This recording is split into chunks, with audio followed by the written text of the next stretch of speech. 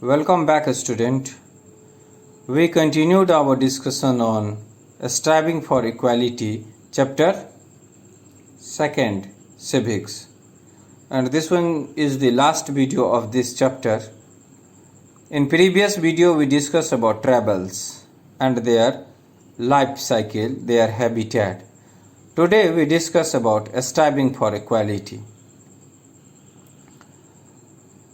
India will get freedom in 1947, but it means that they free from political, and when political freedom was meaningless, when you should not provide the social and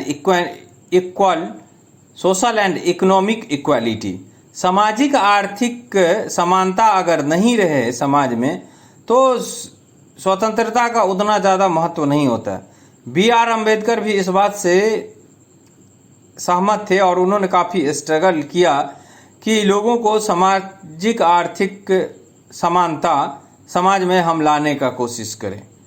हमारा जो preamble है वो सोवर्जन, socialist, secular और democratic and Republic की बात करता है। Yeah, this one is the Constitution of India, and you know that Constitution, we the people of India having solemnly resolved to constitute India into a sovereign, socialist, secular, democratic republic. Sovereign, we the people of India, इसका मतलब क्या? हम भारत के लोग, sovereign माने प्रभुत्व संपन्न, हम में इतनी क्षमता होनी चाहिए कि इंटरनल और एक्सटर्नल मैटर पे हम डिसीजन ले सकते हैं। सोशलिस्ट, सामाजिक, सेकुलर, बिल्कुल सेकुलर होगा, किसी भी धर्म को वो बढ़ावा नहीं देगा। डेमोक्रेटिक मतलब कि प्रजातांत्रिक, democratic, and republic, we all are republic because our head, nominal head, that is president, is elected by indirect way with the help of all the Indian citizens. Justice, liberty and equality, these are basic term of any country. Justice, liberty and equality, and fraternity, that is bandhutva, bhaichara. And in next article 14 provide guarantees equality before law. It means that law, rule of law, सभी जो होंगे वो कानून के हिसाब से बराबर होंगे। Article 15 that discuss about the constitution does not allow any discrimination on ground of religion, race, caste, sex and place of birth. 15 का आर्टिकल हमें देता है कि डिस्क्रिमिनेशन लोगों के बीच में नहीं होगा। And article 16 describe the equality of opportunity, सभी को अवसर की समानता मिलनी चाहिए। और उसी के अंतर्गत जो है वो जो हमारे समाज में नीचे या पिछले स्तर पे हैं, जैसे women, children, schedule caste, schedule tribe और बैकवर्ड क्लास और माइनॉरिटी और फिजिकली चैलेंज्ड पीपुल, इनको हमारे कॉन्स्टिट्यूशन से जो है वो रिजर्वेशन प्राप्त है ताकि वो आगे बढ़े और इक्वालिटी समाज में बना हुआ रहे। अब एक बात आता है कि manual scavenging, this is the worst form of violation in human right. Generally इस काम में दलित लोग लगे हुए रहते थे। मैनुअल स्कैवेंजिंग में आदमी का जो वेस्टेज होता है उससे रिलेटेड ये काम होता है।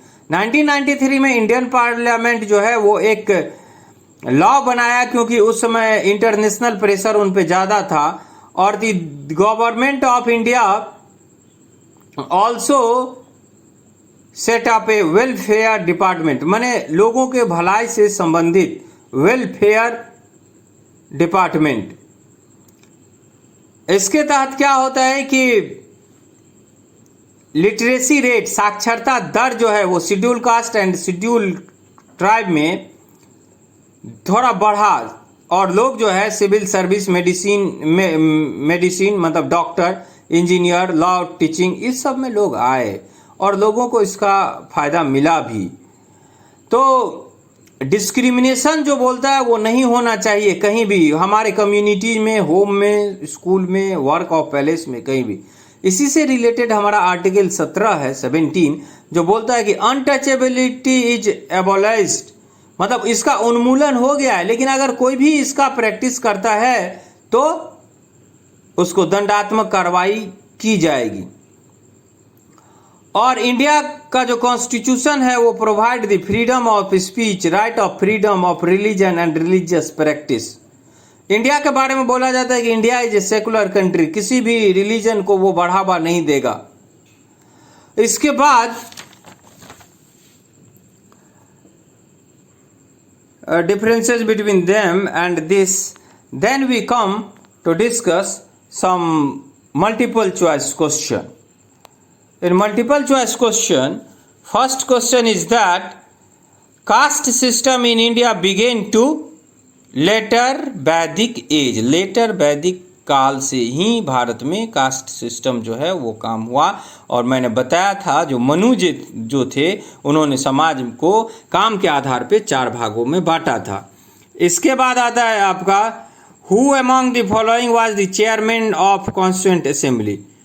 You all are known that B.R. Ambedkar is the chairman of the constituent assembly. Who use the term Harijan for untouchability.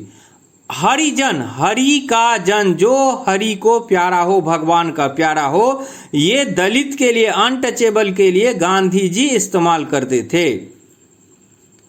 Indian parliament एबोलाइज्ड manual scavenging, अभी हमने चर्चा किया 1993 में इंटरनेशनल प्रेशर के कारण इंडिया को एबोलाइज्ड करना पड़ा मैनुअल स्कैवेंजिंग, और इससे रिलेटेड एक लॉ बनाना पड़ा और उन्होंने एक वेलफेयर डिपार्टमेंट की भी स्थापना की।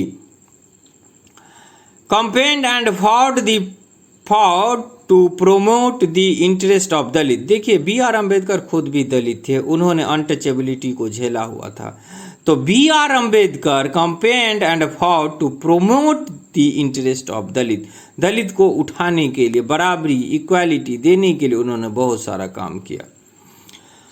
अब उसके बाद आता है कि fill in the blanks, unscrambled word है, उसको आपको सजाना है। तो देखिए B.R. अम्बेडकर, सेकुलर, अनटचेबल्स, इसको उलटिएगा, इनइक्वालिटी, मैनुअल स्कैवेंजिंग और डिस्क्रिमिनेशन।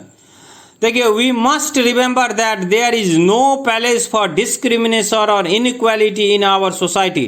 कॉन्स्टिट्यूशन बताता है हमारे सोसाइटी में डिस्क्रिमिनेशन और इक्वालिटी के लिए कोई भी जगह नहीं है। उसके बाद देखिए B.R. Ambedkar was the founder manner of the Indian constitution. Indian constitution बनाने में B.R. अम्बेडकर का बहुत बड़ा योगदान है।